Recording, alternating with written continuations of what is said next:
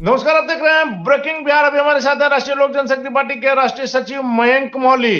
चिराग पासवान इन दिनों बिहार की राजनीति में छाए हुए हैं और केंद्रीय मंत्री पशुपति कुमार पारस, चिराग पासवान के चचा, जो अटकलें चल रही है कि हाजीपुर की सीट जहां से वो सांसद है वही हाथ धो बैठेंगे और चिराग पासवान वहां से लड़ेंगे। हालांकि तमाम तरह की बातें चल रही है, पारस जी की पार्टी ने भी इसका खंडन किया है कि पारस जी ही वहां से लड़ेंगे। लेकिन इन सबके बीच जो एक बड़ी बात आई है कि लगातार रालोसपा इन दिनों कह रही थी कि चिराग पासवान को आमंत्रण नहीं मिला है। कल ही जिस प्रकार से चिराग पासवान को आमंत्रण मिला, हमने खबर भी चलाई थी।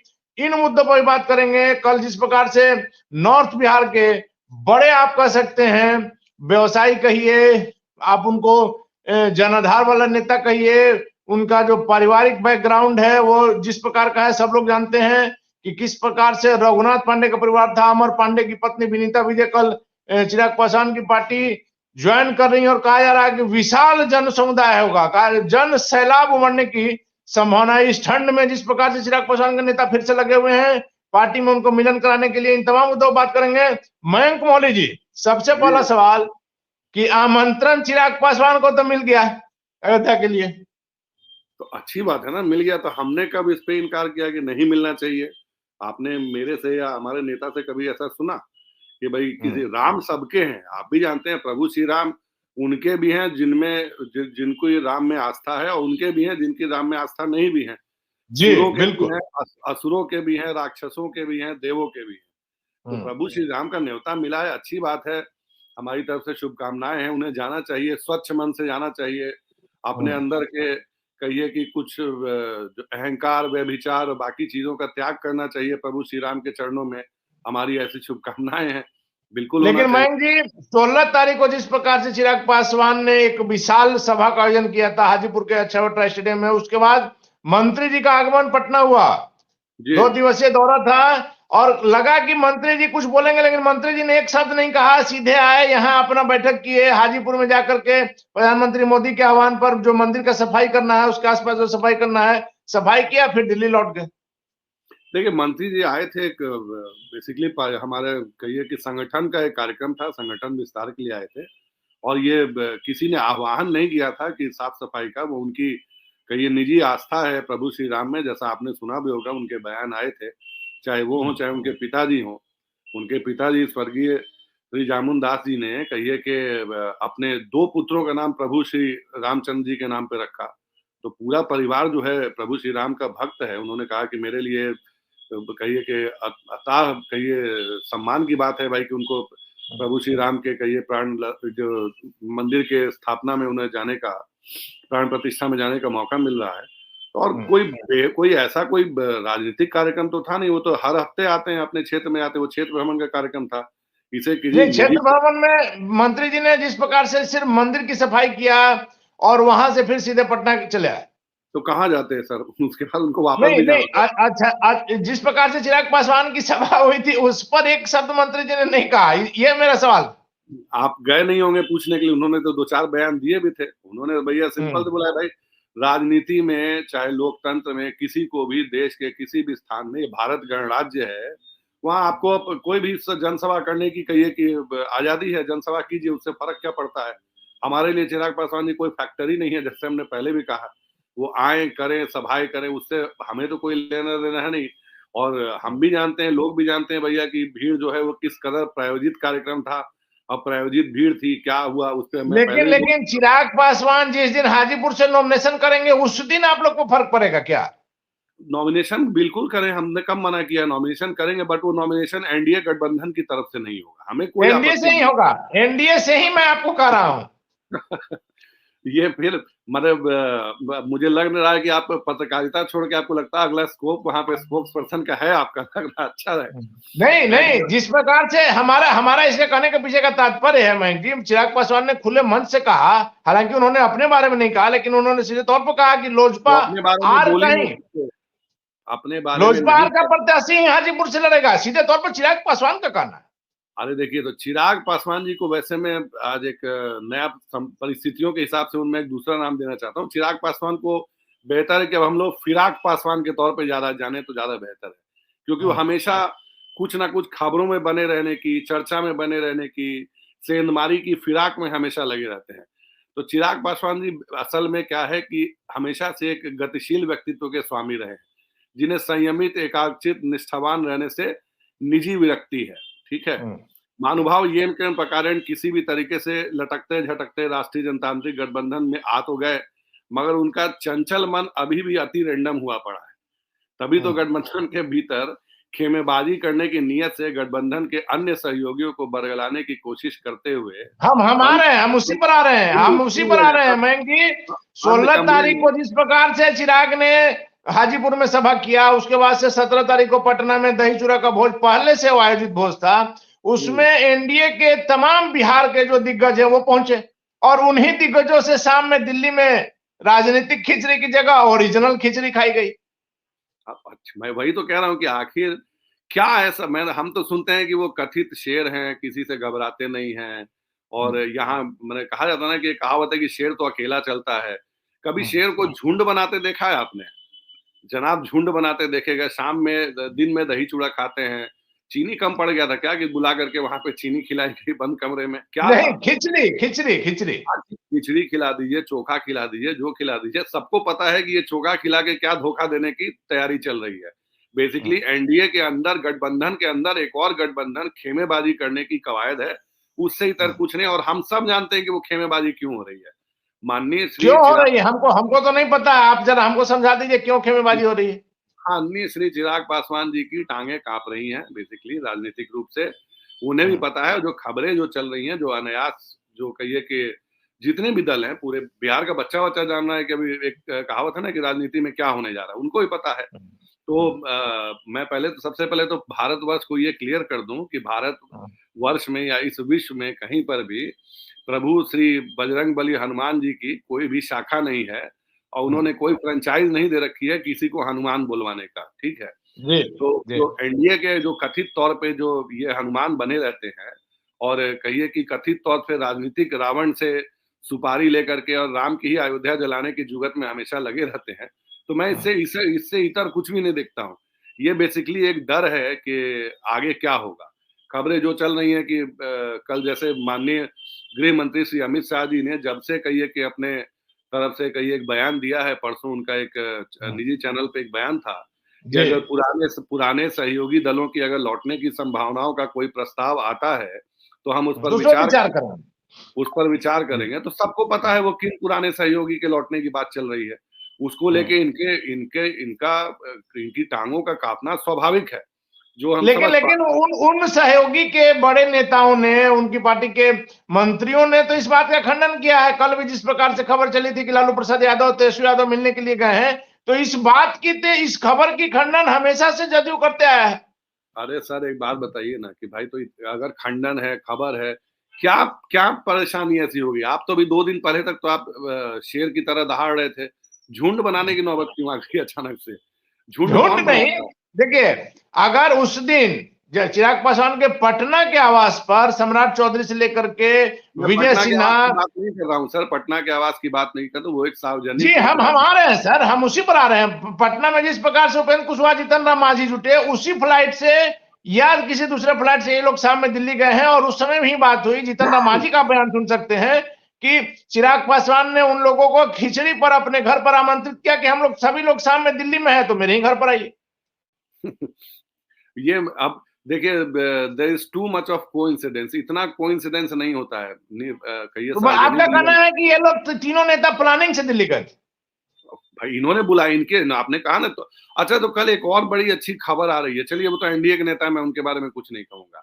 बस इतना कहूंगा, भारतीय जनता पार्टी को ये जरूर आगाह करना चाहूंगा कि एक खेमेबंदी की तैयारी चल रही है, गठबंधन के भीतर एक और गठबंधन बनाने की तैयारी चल रही है, और उसके कहिए कि नेतृत्व जो कर रहे हैं वो श्री चिराग पासवान जी कर रहे हैं। कल एक मतलब जीतन राम मांझी, उपेंद्र कुशवाहा और चिराग पासवान मिलकर एक अलग गुट बना रहे हैं, सीधे तौर पर आप यही कह रहे हैं? बिल्कुल बिल्कुल, इसमें कोई दो राय है क्या? सारे मीडिया हलकों में खबरों के अनुसार मतलब नीतीश कुमार के आने की अटकलों के बीच ये लोग परेशान हैं कि यदि मुख्यमंत्री नीतीश कुमार आ जाते हैं तो हमारा क्या होगा। बिल्कुल बिल्कुल, तो ये कहिए कि खुद की प्रासंगिकता बनाए रखने के लिए राजनीतिक रूप से ये कवायद है। और ये कवायद हालांकि गठबंधन के भीतर खेमेबाजी करने की कवायद जो है कहीं से भी बेहतर एक स्वस्थ लोकतांत्रिक व्यवस्था में गठबंधन के लिए कहीं से उचित नहीं है। ये तो चलिए एनडीए गठबंधन की बात हो गई। जी। मैंने जैसे कहा कि मैं एनडीए के नेताओं पे मैं ज्यादा कुछ नहीं कहूंगा। Bharatiya Janata party is self sufficient कि ऐसे अगर कोई भी एक्टिविटी दिखती है तो उस पर कोई भी कार्रवाई हो या संज्ञान में लेने के लिए काफी है। कल एक बड़ी जी। अच्छी विचित्र खबर सुनने में आया, जो राजनीतिक हलकों में मैं सुन रहा हूँ मीडिया वालों से, कि जनाब जो है खुद से उठ करके एक रात पहले एनडीए के नेताओं के साथ बैठक कर रहे हैं। अगले रात खबर आ रही है उठ करके कि राजद के मुख्य प्रवक्ता कहिए या सलाहकार कह लिए या राज्यसभा सांसद मनोज झा के घर ये मुलाकात करने जा रहे हैं।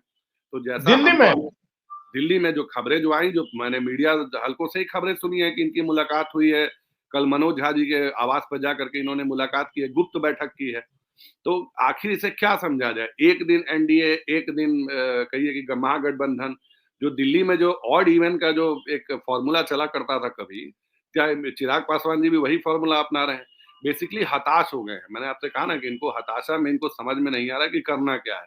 तो अगर आप एक रात पहले आप एनडीए के नेताओं के साथ, चलिए मैं मान लेता हूँ वो खिचड़ी की मुलाकात थी, उसमें कोई राजनीतिक बातें नहीं हुई होंगी, उसमें मौसम की जानकारी ली गई होगी, उसमें गोबर से खाद बनाने की विधि के बारे में जानकारी ली गई होगी, और क्या बोला जाता है, बिग बॉस डिस्कस किया गया होगा, मैच डिस्कस, राजनीति नहीं डिस्कस हुई होगी। ये मैं आपको आप ही के बात पे अश्योर करता हूँ। वहां पे ये तीन लोग खिचड़ी पे बस यही डिस्कस कर रहे थे, गठबंधन, सीट शेयरिंग, कोई कुछ डिस्कशन नहीं हुआ। मनोज झा जी से क्या डिस्कस करने गए थे? मनोज झा जी से, जो कि राजद के राज्यसभा सांसद है और सरकार के, भारतीय जनता पार्टी और खासतौर पर प्रधानमंत्री जी के विरोध में एक प्रखर मुखर आवाज है, उनसे क्या मिलने चले गए थे? तो हम तो पहले से कहते आए हैं कि ये भारतीय जनता पार्टी की गोदी में बैठ करके राष्ट्रीय जनता दल को लव सिग्नल देते हैं, और ये उसी की कवायद है कि भैया अगर यहाँ नहीं तो वहां। ये कहिए कि बेसिकली हमारे यहाँ बिहार में कहावत है ना कि ऐसे जम्फर फंसा के रखा जाता है बिजली कनेक्शन के लिए। तो इन्होंने भी वही एक जम्फर डाल दिया है कि अगर यहाँ से अगर मेरा कनेक्शन कटता है तो अवैध रूप से या वैध रूप से मेरा जम्फर, राजनीतिक जम्फर जो है वो फंसा रहेगा। तो उससे बेहतर मैं वही बार बार कह रहा हूँ, श्री फिराक पासवान जी जो है वो एनडीए को तोड़ने और एनडीए से खिसकने की फिराक में है। तो इस फिराक के तामील होने से पहले हम अपने सबसे बड़े घटक दल भारतीय जनता पार्टी को ये आगाह कर देना चाहते हैं। रही बात आपने जो राम जी की कही थी, तो राम मंदिर के कहीं न्योते के बारे में जो आपने बात कही थी, मैंने उस समय आपको उसका बयान बताया, बट उसमें कुछ चीजें मैं इनको अपने तरफ से, इनके हमारे गुरु भाई हैं, हमारे बड़े भाई हैं, तो उनको कुछ चीजें मैं उनको जरूर अपने तरफ से कहना चाहूंगा। आमतौर पे अमूमन आप चिराग पासवान जी के जो कार्यक्रम आप देखा करते हैं कि एक बार एक तरफ वो किसी की शव यात्रा में जाते हैं, उसी के बाद किसी की पुण्य कहिए किसी की शादी विवाह या न्योते में चले जाते हैं। तो कम से कम मैं उनसे इतना जरूर उम्मीद करूंगा कि राम मंदिर जाने से पहले कम से कम सिर्फ कहिए कैमरा 4A1 फोटो खिंचवाने की कवायद से थोड़ा बचेंगे, और सिर्फ कहिए कि पूरे शुद्ध मन, अंतःकरण और शरीर शुद्धता के साथ प्रभु श्री राम के दर्शन करने जाएंगे। उस दिन कम से कम ऐसी चीजें ना करें, क्योंकि सनातन में इन चीजों को वर्जित माना गया। सनातन के कुछ नियम है, सनातन में फ्यूजन नहीं होता है, जिसके फ्यूजन के ये मालिक है जी। लेकिन मयंक जी, आपने तो सीधा आरोप लगा दिया कि चिराग पासवान लालू प्रसाद यादव के टच में है, क्योंकि मुख्यमंत्री नीतीश कुमार के आने की अटकलों के बीच आप सीधा तौर पर कह रहे हैं कि चिराग पासवान एनडीए छोड़ सकते हैं, महागठबंधन में जा सकते हैं। बिल्कुल, श्री चिराग पासवान एनडीए छोड़ने की फिराक में है, अपनी सीटों की जुगत की फिराक में है, और आप अपने सूत्र दिल्ली वाले जरा खंगाल लीजिए, आपको पता चल जाएगा। मनोज झा से इनकी मुलाकात की खबरें जो हैं आज सुबह से गलियारे में तैर रही हैं। अब ये क्यों है, क्या है, मैंने जैसे आपको कहा नहीं, आपका कि आपका जो सूत्र है हमसे कम थोड़ी है। आप तो वहां बैठे हुए हैं दिल्ली में, केंद्रीय मंत्रालय आपके पास है। नहीं, मैं एक अधूना सा कार्यकर्ता हूँ जनाब, मुझे वैसा कुछ भी उपाधि देने की जरूरत नहीं है। मैं एक आम कार्यकर्ता हूँ, आम कार्यकर्ता, बट एक सजग कार्यकर्ता हूँ, आंखें चक्षु नैन खोल के रखता हूँ। तो जो खबरें आई हैं वो ऐसी ही हैं, और ये खबरें एनडीए के तौर पे परेशान करने वाली हैं कि एक व्यक्ति जो कि हालिया एनडीए में शामिल हुआ हो, वो एक रात तो पहले चलिए खिचड़ी पे डिस्कस करता है अपने एनडीए के साथियों को। मैं मानता हूँ आपकी बात की, चलिए राजनीतिक बातें नहीं हुई होंगी। मनोज झा जी जो राष्ट्रीय जनता दल के कहिए राज्यसभा सांसद हैं, और दिल्ली में कहिए कि लालू प्रसाद यादव जी के ब्रांच ऑफिस की तरह काम करते हैं, उनके पास जा करके उनके आवास पे उनके गुप्त मुलाकात करने की जो कहिए जो बातें आ रही हैं, इस पे स्पष्टीकरण आना चाहिए। ऐसी क्या हड़बड़ी आ गई भाई कि एक रात पहले एनडीए, दूसरे दिन में इंडी गठबंधन? तो ये कोई नई बात नहीं है, ये हमेशा से इनका जो दोहरा चरित्र रहा है राजनीतिक रूप से। ये हम सब जानते हैं। मैंने इसकी कितनी उदाहरण हम आपको पेश कर सकते हैं। जो आपने अभी इनका हालिया जो मध्य प्रदेश चुनाव ले लीजिए, राजस्थान ले लीजिए, बंगाल ले लीजिए, झारखंड ले लीजिए, उत्तर प्रदेश ले लीजिए, हर जगह तो इन्होंने सिर्फ और सिर्फ भारतीय जनता पार्टी के उम्मीदवारों के खिलाफ अपने प्रत्याशी उतारे, उनके विनिंग सीट पे उतारे, उनके कहिए कि जो उनके गढ़ वाली सीटों पे उतारे। आप एक भी ऐसा उदाहरण दिखा दीजिए जहां इन्होंने कांग्रेस या और भी किसी भी विपक्षी दल के खिलाफ अपना उम्मीदवार पेश किया हो। कहने को ये कह सकते हैं कि ये एक फ्रेंडली फाइट थी, नहीं सर, ये कोई फ्रेंडली फाइट नहीं है। ये भारतीय जनता पार्टी का आर्म ट्विस्टिंग करने का, दबाव डालने की एक राजनीति करते हैं।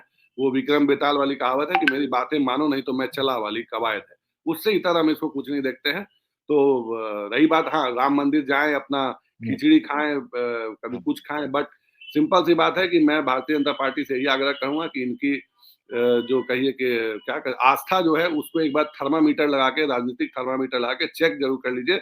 आपको उस आस्था चलिए में और राजनीतिक षड्यंत्र की कहिए कि जो टेम्परेचर है वो जरूर दिख जाएगा। जी मयंक जी, एक आखिरी सवाल मेरा है, कल जिस प्रकार से चिराग पासवान की पार्टी में नॉर्थ बिहार का बड़ा नाम अमर पांडे की पत्नी विनीता विजय ज्वाइन कर रही हैं, जिसको लेकर के भी कई दिनों से तैयारियां चल रही है, कहा जा रहा है कि भव्य मिलन समारोह होगा।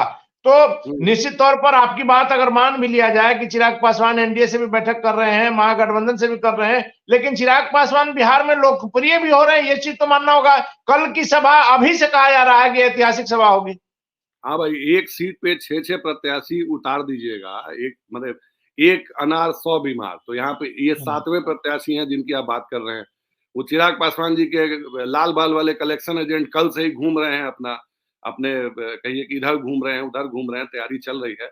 हमें तो यहाँ तक खबरें हैं भैया कि यहाँ से महज 80 किलोमीटर या 85 किलोमीटर की दूरी के लिए प्रत्याशी के ऊपर दबाव डाला जा रहा है कि भैया हमें हेलीकॉप्टर दीजिए, और वही हेलीकॉप्टर जो है वो भैया को छोड़ करके आएगा राम मंदिर के पास, मैंने गोरखपुर, अयोध्या।